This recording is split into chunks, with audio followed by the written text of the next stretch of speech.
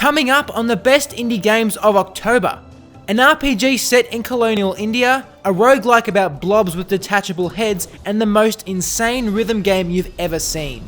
But first, let's get some news and honourable mentions. PAX Australia 2016 ran from November 4 to 6. There were more than 70 indie games on the showroom floor, including the recently announced Frame 2 and Mini Metro, which recently released on iOS and Android. We made a snapshot video of our favourite indie games at the convention, which you can watch now. Butcher is a rapid, almost bullet hell shooter in which you're always surrounded by enemies who immediately lock onto you. The game is best when it incorporates the environment. Dress Code Human is a silly Halloween themed dress up in which you plop skin, hair and eyes onto a skeleton for some hilarious results. Exit is a short adventure game made for Game Boy Jam 5, which demonstrates the excellent potential of Game Boy themed graphics. Also made as part of the Game Boy Jam, Legend of Ball is a dungeon crawler in which you throw a ball to destroy enemies and hit switches to open paths. In Manual Samuel, pampered rich boy Samuel dies and makes a deal with the devil. Survive one day controlling his crippled body manually. As you'd imagine, the results are hilarious. Party Golf is a chaotic race to the hole in procedurally generated levels for up to 4 players. For now, it is limited to local play only. Shenzhen IO is an early access game from Zachtronics, creator of Infiniminer and Infinifactory. In it, you build circuits and program code. If you do play it, make sure you read the manual. Through the Woods is a slow starting horror game set in a rather dark Norwegian forest. The gameplay and voice acting is average, but the chills, story and visuals are all fantastic. That's all our honourable mentions, so now let's get into the top 5.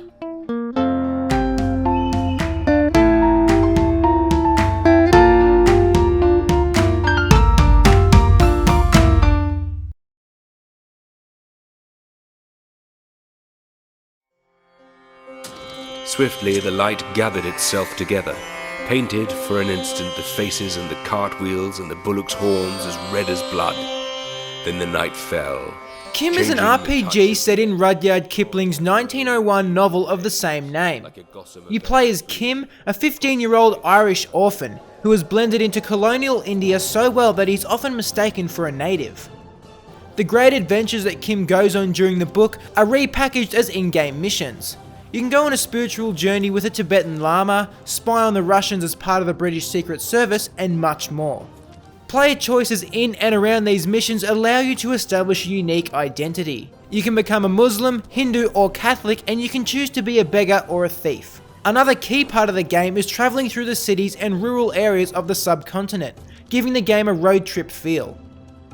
The drawback to travelling is that it will drain health, fatigue, happiness and hunger. Survival is a struggle and the poverty of the times is well felt. The top-down view won't give you a physical sense of India, but it makes level navigation easier. Some of the lingo that characters speak is hard to understand, but learning it is part of the fun and immerses you in the world. When you reach the age of 18, the game stops and you can restart from the beginning. We think it's worth a replay or two, but probably no more than that. Kim is great, and we'd love to see more novels adapted into games. RPGs are obviously a natural choice, and it worked well for Kim, but it'd be interesting to see how books can be adapted into other genres.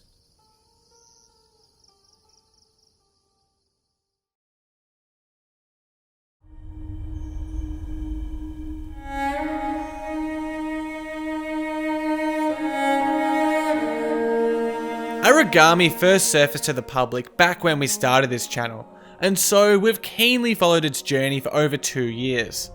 Initially the uni project of 3 Barcelona students, Aragami was put onto Kickstarter in the middle of 2014. Back then the game was called Twin Souls: The Path of Shadows, and it immediately caught our attention as this Japanese Assassin's Creed by moonlight. However, it failed to reach its funding goal. The setback delayed the development timeline, but as the developers noted in a self-written post-mortem, it forced them to reflect on their game. 2 years later, the result is the release of a more sophisticated and overall fantastic stealth game. The world is more colourful, providing greater contrast to the darkness.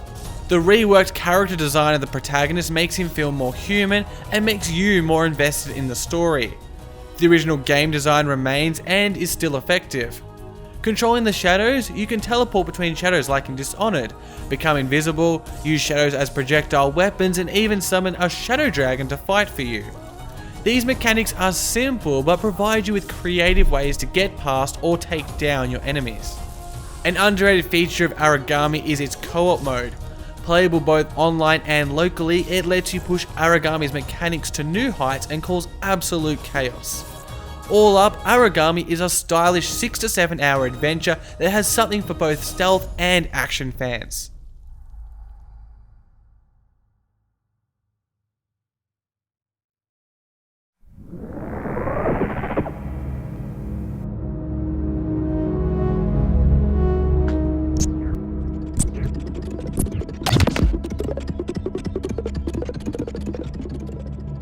Ghana is a hellish platformer with roguelike elements, a description we've heard many times. The roguelike is a crowded genre, especially in the indie scene, and whilst Ghana is comparable to Spelunky and The Binding of Isaac, it feels different, and that's why we like it. It starts with the aesthetics, the rainbow colours popping off the black backdrop. Then there's the blobby characters and your best friend Sally the beached whale, who shows up to give you extra health. But it's not just stylistic choices that make Ghana distinct. The very movement, the way you bounce off enemies and walls, is unique. Going deeper, there's a complex combo system that wouldn't be out of place in a Bayonetta game. Not to mention the item system. There's 3 items: guns, backpacks, and heads. Guns are self-explanatory. Backpacks are cooldown abilities, and heads are a little bit trickier. They determine how much health you have, alter how you move, and give you special powers like aiming upwards. Heads can be knocked off your blob, and in this headless state you become a one-hit kill. The best thing about the guns, backpacks, and heads is that you only need to discover them once. After that, you can choose whatever combination of the 3 you want at the start of every run. We'd also like to give a shout out to the music, which is not only brilliant, but paces the game, such as speeding up as you chain combos. Ghana is another roguelike platformer, but with its own fresh ideas.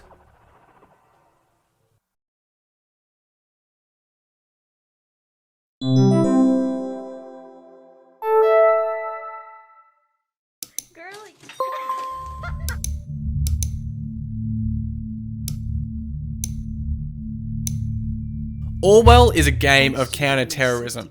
Bombs are being planted in public spaces, and you need to stop it happening. Not through force, but by identifying the perpetrator. This is done by spying on civilians from behind a computer screen, and this is what Allwell is really about. On behalf of the ambiguously titled The Nation, you are given access to a program called Allwell. Like how Frankenstein became synonymous with the monster, here George Orwell is confused with his monster, Big Brother. Whilst the surveillance of George Orwell's Big Brother was government-monitored telescreens, the surveillance techniques in the game come in many forms. You can listen in on phone calls, hack emails, and watch CCTV footage. But there's also ample information that's not just available to you as a government agent, but the rest of the public. Searching through the web, social media posts, dating site profiles, and blogs offer clues that will get your investigation rolling. For us, this was a harrowing reminder that almost all of us unwittingly provide enough information online for someone to watch us undetected. As the spy, you'll be constantly conflicted between respecting people's privacy and maintaining security. Saving lives is the bigger picture option that we often took, but it doesn't make the voyeuristic examination of someone's life any less uncomfortable. This is made worse if you make a mistake, as your choices have huge consequences. The contract you sign at the start of the game says you'll, quote, judge objectively in the best of my belief, teasing the predicaments that await you. Allwell is being released as a 5-episode series. The first episode is available as a free demo, and episode 5 will come out on November 17.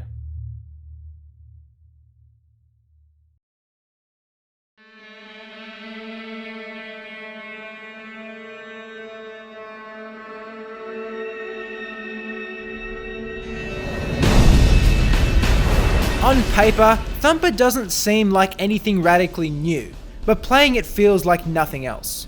The game describes itself as rhythm violence. The rhythm part is noticeable straight away. Having to hit a button as you pass over glowing pads, it seems like your metallic bug is travelling down the neck of a guitar in Rock Band. The same time-based principles apply to other actions like turning corners and breaking through barriers. Some levels have bosses, and hitting certain pads will blast lasers at the face of enemies that sit at the end of the rail.